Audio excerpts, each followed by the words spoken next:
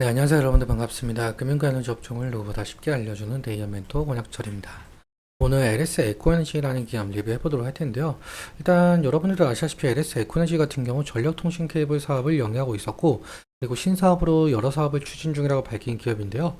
제가 오늘 말씀드릴 내용은 LS 에코에너지의 대주주, 그러니까 최대 주주 LS 전선에서 해저 케이블을 공급을 하겠다라는 내용이 담긴 뉴스가 있더라고요. 거의 2,800억 규모에 대한 내용이던데 이것에 대해서 여러분들과 함께 알아보려고 하고요. 그리고 LS 에코에너지가 지금 현재 가지고 있는 모멘텀들은 어떤 것들이 있는지 다시 한번 복귀 형식으로 말씀을 드리려고 하거든요. 여러분들과 같이 한번 확인해 보면서 천천히 얘기 나눠보도록 하겠습니다. 먼저 시작하기 전에 저희 데이업 채널에 오시면은 모든 종목들을 커버해 드리고 있으니까 찾아주시면 정말 감사하겠고, 제 영상도 끝까지 지켜봐 주시면서 댓글로 궁금하신 것들 남겨주시면은 다음 영상에서 말씀을 드리도록 하겠습니다. 그럼 LS 에코너지 바로 보도록 할게요. 일단 LS 에코너지 같은 경우 베트남과 미얀마에 자회사를 두면서 전력통신 케이블 사업을 영위하고 있었는데요.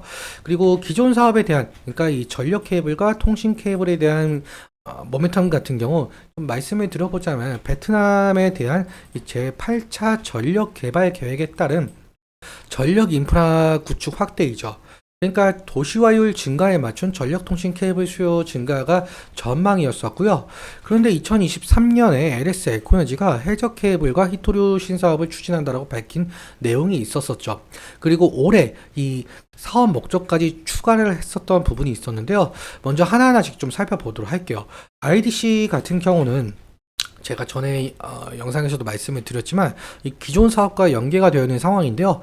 일단 2024년 같은 경우 AI 성장과 함께 기존 데이터 처리보다 15배 이상 증가한 상황에서 데이터 센터 투자가 대두가 되고 있는 상황이었죠.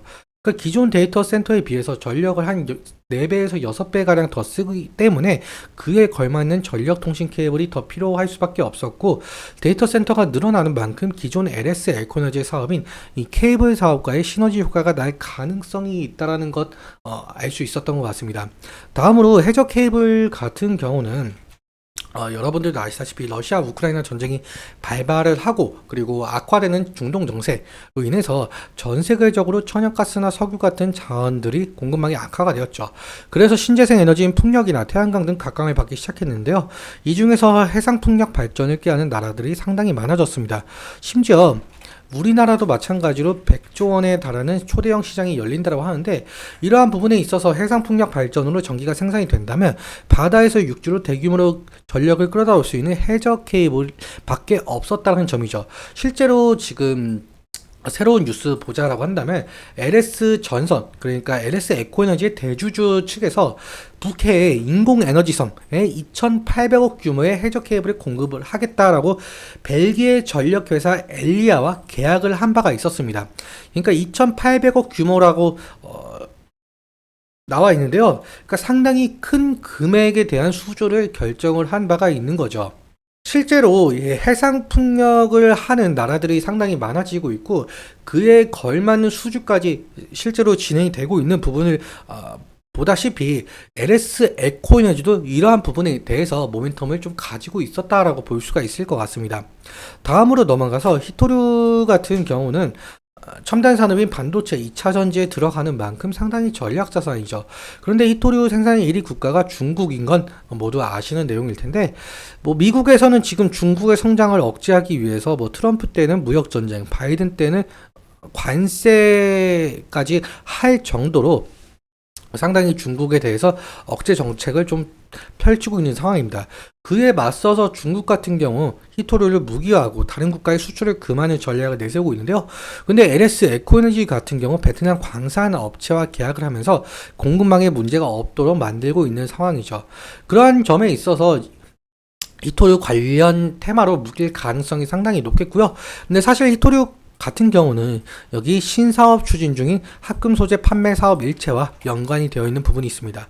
히토류 중에서도 이 네오디뮴이라는 원소가 있는데, 이 네오디뮴이 붕소와 철을 합금해서 만든 것이 네오디뮴 연구 자석이죠.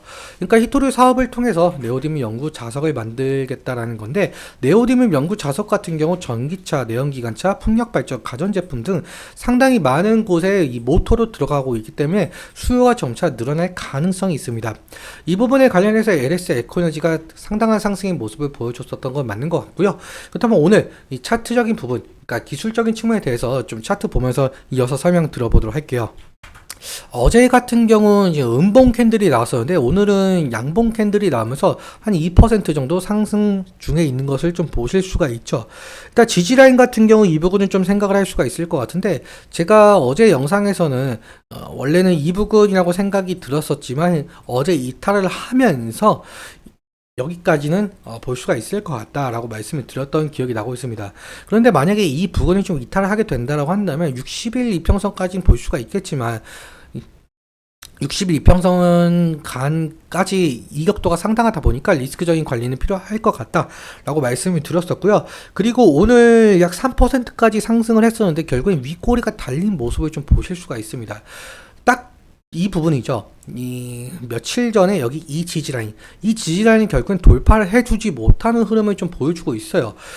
사실 이 부분을 좀 돌파를 해주면서 다시금 상승 추세로 넘어갈지가 관건인 것으로 보이고 있는데, 오늘 이렇게 이 윗꼬리가 달린 모습을 보아하니 이 부분대에서 좀 저항이 강하게 일어나고 있다라고 볼 수가 있을 것 같습니다. 그러니까 이 부분 돌파를 해주는지가 상당히 중요 포인트가 될 가능성이 높겠고요.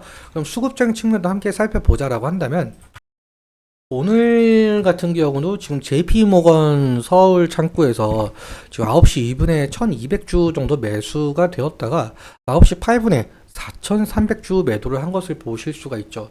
왜 이 JP모건 서울 창구를 제가 강조하냐라고 해본다면, 제가 매번 말씀을 드리지만 JP모건 서울 창구가 지금 거래원 순위가 1순위예요.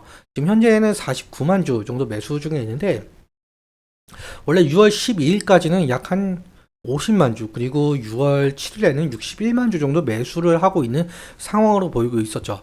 근데 이 매수세가 계속적으로 지금 매도세로 전환이 되고 있는 상황이거든요. 그렇다 보니까 이 JP모건 서울 창구에서 지금 계속적으로 매도세가 나오고 있다 보니까 주가에 악영향을 끼칠 가능성이 상당히 높다라는 점이에요. 그래서 이 JP모건 서울 창구에서 매도가 지속적으로 나오는지 체크하는 것이 중요 투자 포인트가 될 것 같고요. 두 번째로 이 모건 스탠리 창구가 23만 주 2위로 해당을 하고 있는데, 지금 모건 스탠리 창구의 매수세도 상당 부분 강한 것으로 보아하니, 그러니까 JP모건 서울과 모건 스탠리의 창구에서 과연 매도세가 지속적으로 나오고 있는지 그 부분 참고해 주시는 게 중요 투자 포인트가 될 가능성이 높을 것 같습니다. 오늘은 여기까지 말씀을 드리면서 오늘 내용 여러분께 도움이 되셨다면 구독과 좋아요 부탁드리고, 그리고 오늘 말씀드린 내용과 차트적인 부분에 대해서 제 개인적인 견해가 많이 껴있다 보니까 여러분들의 주관적인 견해와 함께 투자를 현명한 선택하셨으면 좋겠습니다. 오늘도 시청해주셔서 감사하고 지금까지 멘토 권혁철이었습니다. 감사합니다.